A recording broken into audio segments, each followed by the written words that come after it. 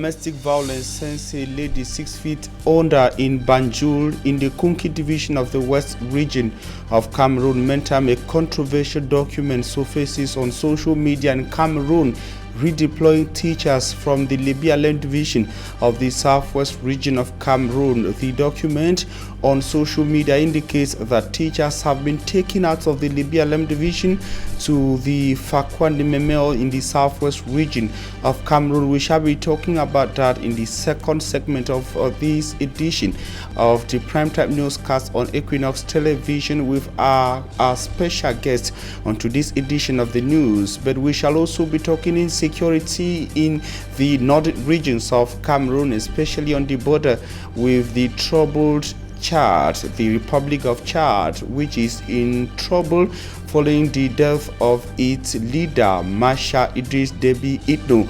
We shall also be taking you to the neighboring Bangui, where the French embassy in Bangui, the neighboring Central African Republic, has been set ablaze by yet to be identified individuals. Also coming up is an interesting human interest story from Limbe in the Faku of the southwest region of Cameroon. Ladies and gentlemen, interesting stories in this edition of the news. Thanks for making the right choice.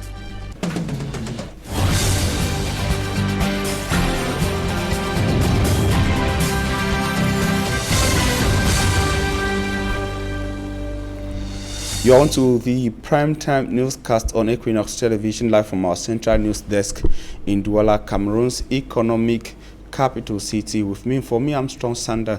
We begin with one of our top stories: insecurity rocking the northern regions of Cameroon, the Adamawa, the North and the Fano regions on its borders with the troubled Republic of Chad, following the demise of its leader, Masha Idris Deby Itno.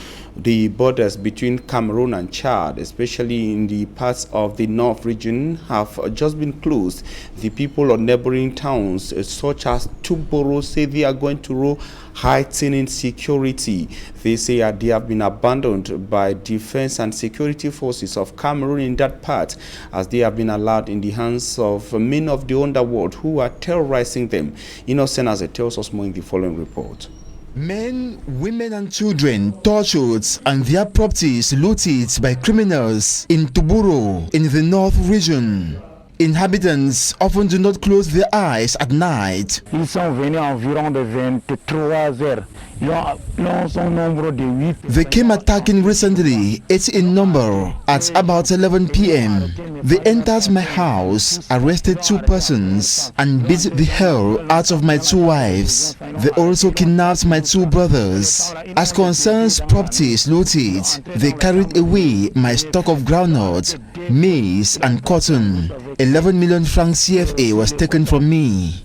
Tout ce qu'ils ont pris 12 millions. Ils ont menotté ma main avec une chaîne avant de me faire sortir de la chambre. They got me tied up and administered me beatings. My wife, upon hearing my screams, came to intervene, but she was struck hard on the head. They took 8 cows from me, a sheep, bag of maize, and my motorbike. Une chèvre avec mes sacs de maïs ainsi que ma moto. The said hoodlums also kidnapped for ransom.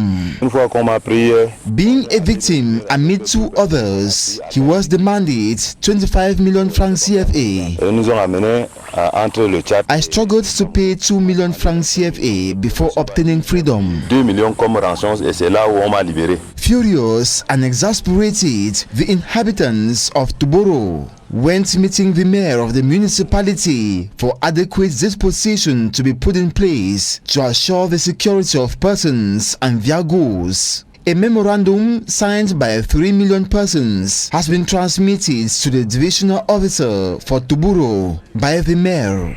Ce mémorandum signé de plus de 3000 signed by over 3 million sons and daughters of the soil. We solicit, among other things, adequate and lasting solutions enough security measures be taken to protect the population and implant confidence in them, and also to permit them go about their activities normally. À leurs occupations champêtres et pastorales. Expectations are now high among the population as they desperately await positive response from the administrative authorities and the security officials.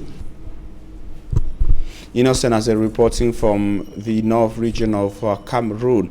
We on the borders between Cameroon and the Republic of Chad. And back to the economic or the political capital city of Cameroon, there is also trouble on the transportation sector. Urban circulation that has again been disrupted in Yaoundé, Cameroon, which is the political capital city, following a sit-in strike action initiated by drivers of the Yaoundé Urban Transportation Bus Company, that is TESI. The angry drivers parked their vehicles at the company's head office at the Lonkak neighborhood of Yaoundé, demanding better working conditions from management. They say the miserable salaries they received from management has been drastically reduced without a logical explanation from the company management. They also want their pay slips from management. The strike action also saw the intervention of the divisional officer for the Yaoundé 1 subdivision. And from the central region, we take you to the southwest region on the incident at the Sokolo market in Limbe, chief town of the Faku of the southwest region, to say that fire continued to dictate the turn of affairs in the northwest and southwest Anglophone regions of Cameroon. Shops are said to have been reduced to ashes in a fire incident at the Isokolo market in Limbe over the weekend. And of course, the shops are said to have been burnt down in a fire incident whose source is yet to be clearly determined. According to our correspondent in Limbe, the fire incident occurred on Tuesday, April 20, 2021, when traders had already closed. One of the victims say the fire incident is a targeted attack from unknown individuals, given that their shops, just their shops or her shop and those of few other traders were selectively touched by the unfortunate fire incident. A man is said to have beaten the wife to death in Banjul, chief town of the Kunki division of the West region of Cameroon. The information came after the man who inflicted the pains in what has been qualified as a domestic violence on the wife rushed the wife to the hospital, but unfortunately she died. Charles Ekome tells us more in the following report. This is the story of a happily married couple, which later ended up as a horror movie. On these images, which date as far back as December 5th, 2020, Ariane and Alan Fotso, aged 28 and 30 years old, decided to take the leap by getting married. A few months after being married, domestic violence became the new chapter of their lives.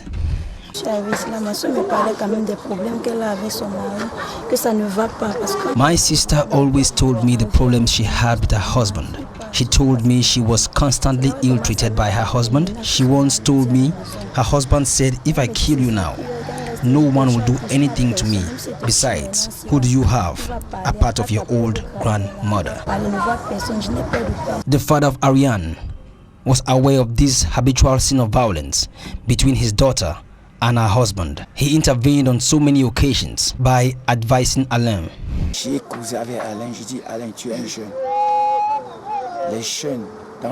I talked with Alain and told him, "You are young, and young married people need to listen to elderly people so they surpass the challenges they face in their marital homes. You need to be stronger than your wife, so when she talks loud, you need to keep calm. I can't start telling you what I go through with my wife on a daily basis." Despite the advice given by Ariane's father, it felt like the message fell on deaf ears. After the marriage, he hit my daughter to the point where she fell and lost a lot of blood. J'étais au marché et on est venu me signaler que ma petite fille avait été tabassée toute la nuit. I was in the market when I was told that my granddaughter had been beaten all night long. I took a commercial motorbike and got on the scene. I saw my granddaughter. She was exhausted and I asked her what happened. And she told me, "Grandmom, Alain Photo has killed me." As I held her hand, she felt weaker. She was later taken to the Adluchen Hospital in Banjul in a deplorable state. Ariane Photo finally gave up the ghost. Her death certificate reveals that she suffered a fractured skull as a result of domestic violence. The question which everyone has been asking is what led Alain to commit such a gruesome act? According to sources, Alain Photo suspected his wife of having an affair. He, who is a farmer specialized in the production of grapes and berries, later fled away after the act he was accused of, but was later apprehended by the police forces in Banjul. Alain Photo had 4 children before marriage with his deceased wife Ariane. The children are aged 10, 7, 5 and 1 year old. He is currently in police custody, but the family of the deceased wishes that justice be served. And shootings, killings, abductions and stealing remain the major problems of the Anglophone regions of Cameroon. In the northwest regional chieftain Bamenda, a vehicle said to have been stolen by unknown individuals has been recovered thanks to the effort of the defense and security forces. Bostela tells us that the victim said the vehicle was stolen by individuals who threatened her life. Her report. This Land Cruiser was taken at gunpoint from Madame Sarah Asongo about a week ago. She was in the company of her daughter.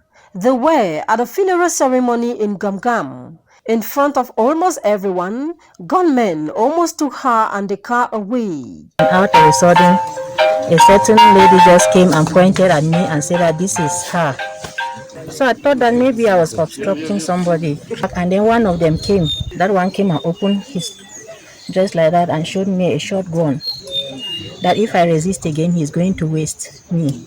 And then the man that was holding me to, his hand was loose and I removed my hand from his hand and then just ran into the house. The car was later found 1 week after, hidden in Raffia Palms. In Tanka, a neighborhood soldiers say is renowned for separatist activities. It was recovered on Tuesday during an offensive carried out by elements of the Defense and Security Forces led by Major Conrad Onana. It was the operation which was conducted from Emergence 5.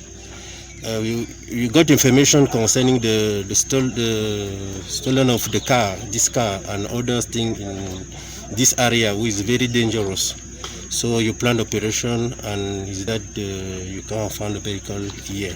Madame Sarah's husband was the owner of the car. After his demise in 2020, she drove the car months later as she feared parked for too long, the car might develop fault. This Tuesday, April 20th, she drove the car for the first time since the incident. She is thankful to the forces. When I looked at the population that had to move with all this risk just to come and get this car, I felt like crying. But this incident and many others raised concerns about the actual security climate of the Northwest region. Administrative and security officials have often said that the security situation of the region is stabilizing. Though under the control of the Defense and Security Forces, incidences like this one and many others are becoming regular. Just 3 days ago, 5 people were shot dead in a bar and several others wounded, while kidnapping for ransom are taking place even in the city center, to name these few.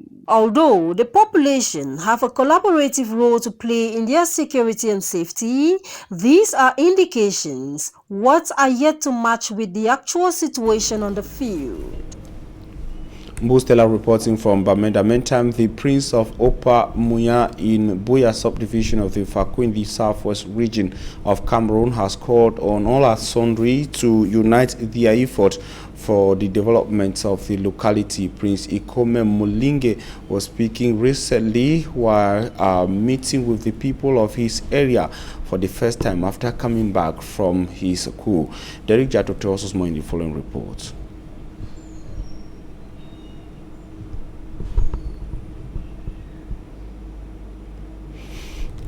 And of course, we are talking about the call for unity for development made by Prince Barrister Ikome Mulinge of Opa Muya in Buya subdivision of the southwest region of Cameroon. It should be recalled that Opa Muya is one of the hardest hit localities in the town of Buya within the context of the armed conflicts rocking the northwest and southwest regions of Cameroon during an occasion that brought together sons and daughters and all inhabitants of the area. The prince said Muya belonged to everyone who is in Muya, and it was important for all to unite their effort in unity for the development of the locality. Derek Jato tells us more from the southwest region.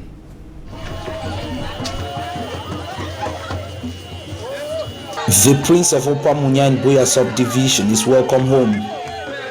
Barrister Prince Ikome Mulinge David is ushered to the palace where his grandfather and his father ruled the Opa Muya people to celebrate his achievement as a lawyer and a member of the Cameroon Bar. Una prince, where we don't finish this book, it don't come for reassurance. Anytime we wanna get a problem, may una not fight. Una come for palace, even if I not there, my me for palace go tell me say don't come. I go come intervene for una. Now he's not here, may so rest in peace, but I didn't give up. I stood firm, I live his dream, and I'm continuing his legacy. Here, the Opa Muya people reminded Barrister Prince Ikome Mulinge David that his father, Chief Dr. Mulinge David, before he died, told them that he will be their leader when he joined his ancestors. So, if Papa saying he say, make Kaya with our writing traditionally, always we rally for a back, support you, may go ahead. We are led chief, they leave this beginning. This one we don't get the lawyer degree. We don't for we like I for the council. This beginning a lawyer, so chief said when he will be never be enough of king because in the document the phone for him. Assuring the close to 20,000 Opa Muya inhabitants, Barrister Prince Ikome Mulinge David, the heir apparent to the Opa Muya throne, preached the gospel of unity and that everyone should be treated equally. I don't care whether you come on for Campbell, for Menchu, any way you come on. The fact that you're there for a year, you be picking for Opa Muya. Big some man don't tell you say because you know come on for this town, you know fit talk. When I get a say.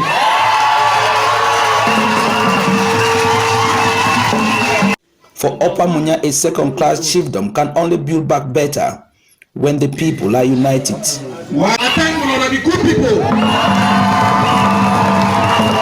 But I will continue to live in unity. We'll continue to live in unity.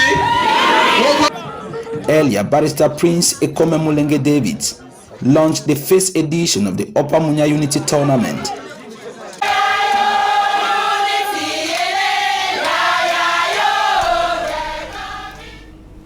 We told you of an interesting story from the Faku divisional chief town of Limbe in the southwest region of Cameroon, and now hundreds of people trooped into Down Beach, Limbe, a vicinity of the seaside resort town of Limbe, to see what they qualify as a big fish of size 7.8 meters in length and a diameter of 3.25, entangled in the nets of some local fishermen in Limbe. Davidson Maimo takes us to the interesting human interest story.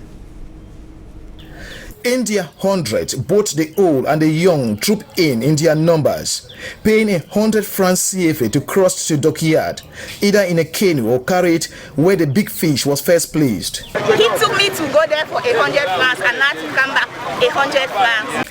Every effort from Limbe 3 Gendarmerie Brigade Commander Boko Theophilus, who first arrived the scene and later reinforced by elements from the Gendarmerie Company and SC from the Central Police Station to disperse the mammoth crowd, was abortive. In excitement with no regard for safety measures against COVID-19, the crowd kept increasing to see for themselves the strange fish. That's how the rumors went everywhere, which is not true. In my life, I've never seen it. I always see it over the TV on the wildlife. But today, it's actually marvelous to see it. This way, I've been picking for Limbe. I never ever seen that kind of fish. That one now beef. I've been excited because I've been always seeing for television, but now I don't see physical. The fishermen who brought the fish to the shore says it entangled itself in their net and almost capsized their boat, thanks to other fishermen who aided them to pull the fish at the shore. The fishermen, we are told, recently graduated from the Deboncha Fishing School. These boats were given to these children about 2 weeks ago, and it's a support that the government is giving Cameroonian children. Other fishermen added their voices to say government need to replace every fishing gears destroyed by the fish, and the team compensated. Generally, aquatic animals like these ones that are very much outstanding, they destroy some of our materials. That it is high time that the government see into it that some of these fishermen, their plights are actually looking for. Just begging with the government to see how they can compensate the fishermen when they are being entangled with this problem. Expert says it is a whale shark measuring 7.8 meters in length, but are yet to determine the real cause of its death. Identify the species as the female whale shark. We cannot say with certainty it died from both fishing. The administration, headed by the Divisional Officer of Limbe 1, Acha Kwenti, an expert from the Ministry of Fishery and Animal Industry, ordered for the fish to be cut into pieces. Sources say it shall be auctioned, an important part, such as the wings, teeth, and others, kept as state treasures.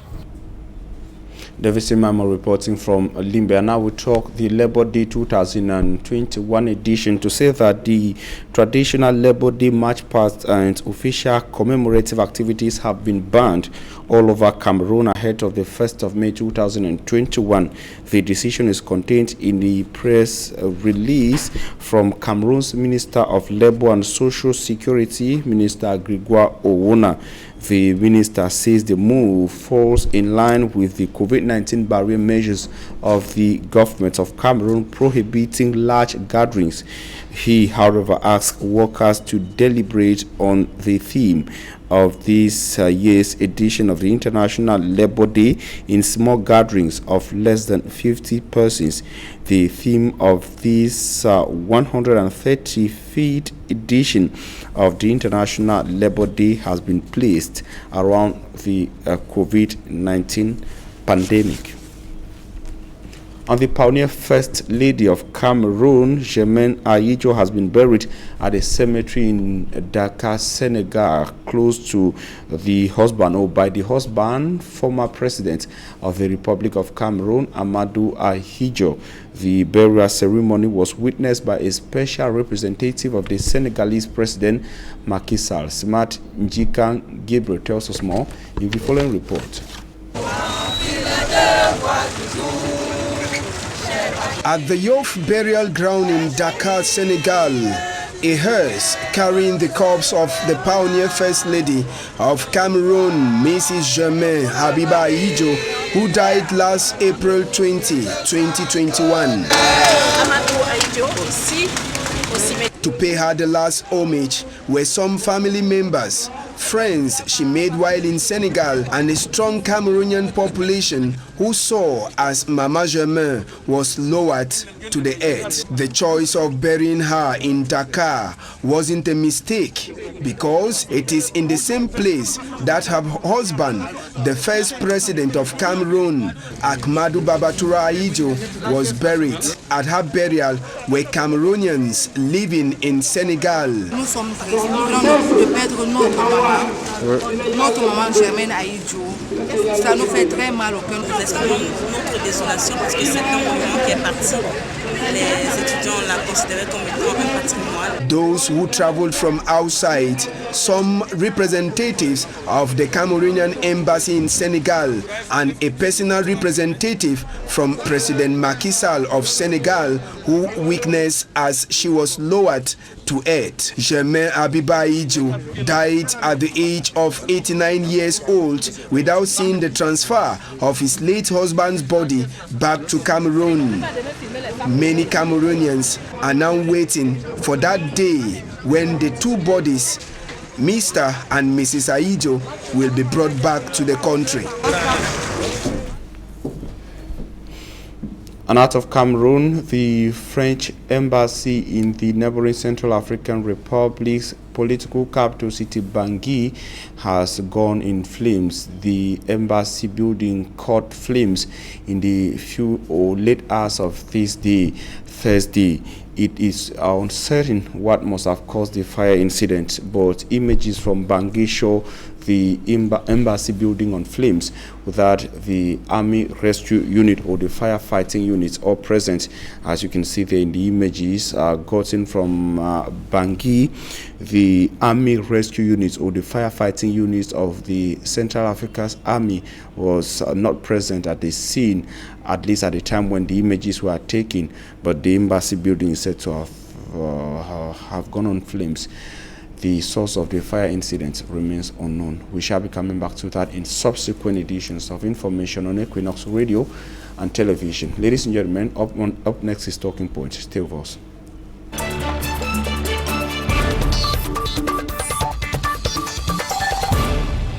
Thanks for joining us on Talking Points. We'll be talking a series of events in Cameroon, starting first with the socio-political conflict or the armed conflict in the northwest and southwest regions of Cameroon. Today, we have the opportunity to receive Longlap Blashus.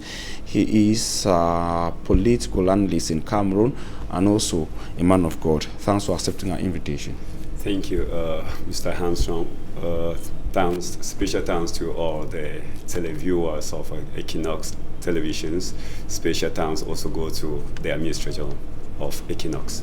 We are happy to receive you. We want to talk about this very controversial, seemingly controversial document that is circulating, has been making round social media in Cameroon, said to have been signed by the Southwest Regional Delegation of Secondary Education, redeploying teachers from the Libya-Lem division to the Mime and the FACO of the same region.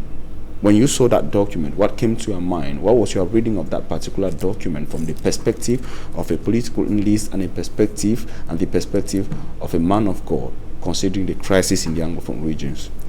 Yeah, thank you so much, Mr. Armstrong. Thanks again. Thanks for the opportunity given to me. I would like to say this very clean and clear, that when I saw the document, so many things came up to my mind. I first of all smiled and said, actually, it means the government, either they are still ignorant or they are now saying that truly the crisis has not yet ended. And doing what the divisional delegate, or was it the regional delegate, that signed for the teachers tell me to be sent back from the BLM. It is a sign to show that we are in a crisis. We are in a period where the crisis is still upgoing. The crisis is still serious on the ground, and we really need to take things serious and fight to see how we can protect our people. Let me tell you, Mr. Armstrong, it is very clean and clear that even if there's a teachers there, I don't think those teachers, government teachers, they are doing their work normally as it was supposed to be. If there are teachers there, you don't think they are doing their work normally? Why? Why? Because of the fear of the unknown. Why? Because so many government teachers in these Anglophone regions, Mr. Armstrong, it is very clean and clear, crystal clear, that they are not doing their work. They are not even present in their various schools where they have been sent to. So truly the government need to sit up and see how they can put an end to the crisis, so that each and every one of us, or each and every one of those teachers, can go back to their various zones and see how they can carry on their job. You're linking it directly to the crisis, but there is something we have not gotten confirmation from the regional delegation of secondary education. I personally called Madame the delegate, who did not give me a clear response vis-a-vis that document. I called again. Actually, she answered, but I didn't get a clear response to that. The second factor is that the reasons for the redeployments are not stated. The reasons are not stated in the document, but others say it could be as a result of COVID-19, because at the time what we saw, like we considered as the peak of the Anglophone crisis, we did not see such a decision. Yes, actually, but I don't know. COVID-19 is just how can we put it? It's just maybe a reasons that they, or the government, or maybe the regional delegate want to put forth, but COVID-19 is not actually the reason. COVID-19 can never be the reason. How could it possibly be the security crisis when many arguments point to the fact that things in these regions are different from what were obtained sometime in 2019 and 2018?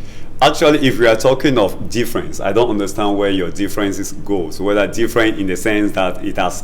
I'm not the one saying it. We've had Cameroon's Minister of Territorial Administration saying so. A man who is considered to be well informed, or most informed, on things happening in villages, in towns and cities in Cameroon. A man who is considered by administrations, or some of the administrators of Cameroon, not people who are on the ground, not the local populations. You know, if we want to really get the right information about what is actually happening in Cameroon, we should never sit to wait and listen to any minister in Cameroon, because what they are saying is either try to suit the government or try to suit their own pocket, because they will never speak for the population. What they are saying will never be the thing, or will never be actually what is happening on the ground or on the field. So when the minister come out and say something, to me, I don't take it seriously, because it is not actually the truth. Mr. Armstrong, I will try to diverse and say there is something that happened with this COVID-19, the vaccine, that I saw ministers going on taking their own vaccine. We'll get to it, please, because I want us to get things clear on these very controversial documents before we move to other issues. I want facts. Since you are talking about you are raising the Anglophone crisis that could be the possible factor for such a decision. How could things have gone worse in the BLM that the decision is coming? Is it that the government is abandoning the back to school campaign? Is it that schools are not even opening, are closing up? Is it that they want to remove the BLM from the educational map of the southwest region of Cameroon? Mr. Armstrong, I don't think it is that they want to remove the BLM from the educational map, but I also want to stand on my point that the issue here is the Anglophone crisis, and the crisis is worsening day by night, day and night, every blessed day. Mr. Armstrong, you will discover that going on social media every day, you will see corpses, you will see innocent citizens dying every day from the northwest, southwest, and when you started seeing images like that coming, people dying every blessed day, even if you are not human, even if you are human and you claim not to be, or not to feel for the people, you will take some kind of decision that even the President of the Republic was surprised. What is actually going on here, Mr. Armstrong, is that the simple truth is the crisis has not even play any part to see that the crisis can stop, because the crisis is instead worsening every blessed day and night. And our cry is that instead of taking such decisions, they should calm down themselves. They should come and see how they can call this other party and sit on a dialogue table so that they can resolve this thing and let things go back to normalcy. Things has not yet gone back to normalcy, and it has not even given a step. It has not even given a step. That's why when some of the political analysts like us, we came together and we discovered that the only thing that the government can do now is to call on second national dialogue, for which the first one did not even bear any fruit. So the second one, I believe the second one would make them to call the partners, to call the key actors that are really concerned into this crisis, so that they can sit on the table like this and discuss the way forward and discuss how we can stop, how we can end this crisis. Because now, looking at things, Mr. Armstrong, a few days ago we watched how a bar in Bamenda, my 19 in Bamenda, about 5 innocent citizens was killed and so many was wounded. Does that ring a bell, or does that not send an information to the government that these things has not yet ended, or the thing is still worsening, the crisis instead worsening more than the way it was? Before, in 2019, the killing was not the way we are talking today. The killing was not the way that we are talking today. Today, you will hear of this killing in this village. Is it better Tomorrow, or worse? Is it better than 2019 or worse than 2019? It's worse than every blessed day. It was more than 2019, 2020. On what statistic are you basing to do that conclusion? Statistics have you gotten the studies to that? Mr. Armstrong, the truth is clear. Now we are living in the 21st century where this is 100 generations. When you go on social media, that's actually what I want to know. If you of the number of deaths, the number of Anglophone youth dying every blessed day and night, we can take a percentage of even more than 10 per day. Because you will list today, either you will be in Dub, that people are killed. Tomorrow, either you'll be Bali, that people are killed. Tomorrow, the next tomorrow, either you will be Kumba, that people are killed. It looks like there is some sort of an impasse in this crisis, but you guys are still talking about a second and enlarged dialogue. What should be the nature of this dialogue? Can you just be very brief on that as we move out of this? For the second dialogue, Mr. Armstrong, thank you very much for this for that question that you have asked. For the second dialogue, to be honest, the first one, the most important thing is the first one that they called. The second, that's the partner. To me, the dialogue was just for the ministers or the members of government to come together. The other. So how should the second one be? We are moving out of the second one, they should call at least the separatist leaders. They should call those who are truly fighting the government and killing the innocent soul. They should call them on the dialogue table, and they know their names. There are some in the prisons that they have even locked them. They should free them. They should see how they can call those who are the diaspora, so that they can come and see how we can sit and fight for our nation and push forward. The nation, instead to be developing and moving forward, instead we are moving backward because of killing every blessed day and night. So the dialogue should be sincere with the president of the third party, because if they can call a dialogue without the president of the third party, Mr. Armstrong, we will still be fighting and fighting for more than for so many years. Thanks very much, Lord Blashus. You are a prophet, a man of God, and also a political analyst in Cameroon, keenly monitoring events in the country, especially in the northwest and southwest regions of Cameroon. Ladies and gentlemen, thanks for being so attentive to discussions. It was interesting having you all throughout this news. Stay in the company of interesting programs on Equinoxe.